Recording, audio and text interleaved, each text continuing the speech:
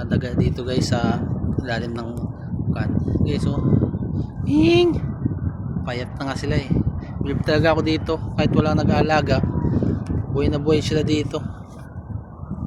Bakain natin guys. Tayo magpipid tayo ng kan. Ay nanay nila oh, nanay nila yun. Ayan oh, yung nanay nila.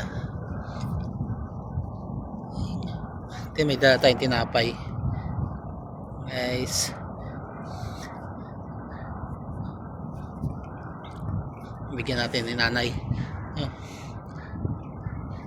Ayaw niya kumain, gusto niya yung anak niya lang. Dalawa yung anak niya eh, malalaki na guys. So bigyan natin tinapay. Takot sila pag nalapitan eh, milap sila. Ating kapatid, dalawa yan oh, last ang guys. Yung nanay yung dalawang anak niya.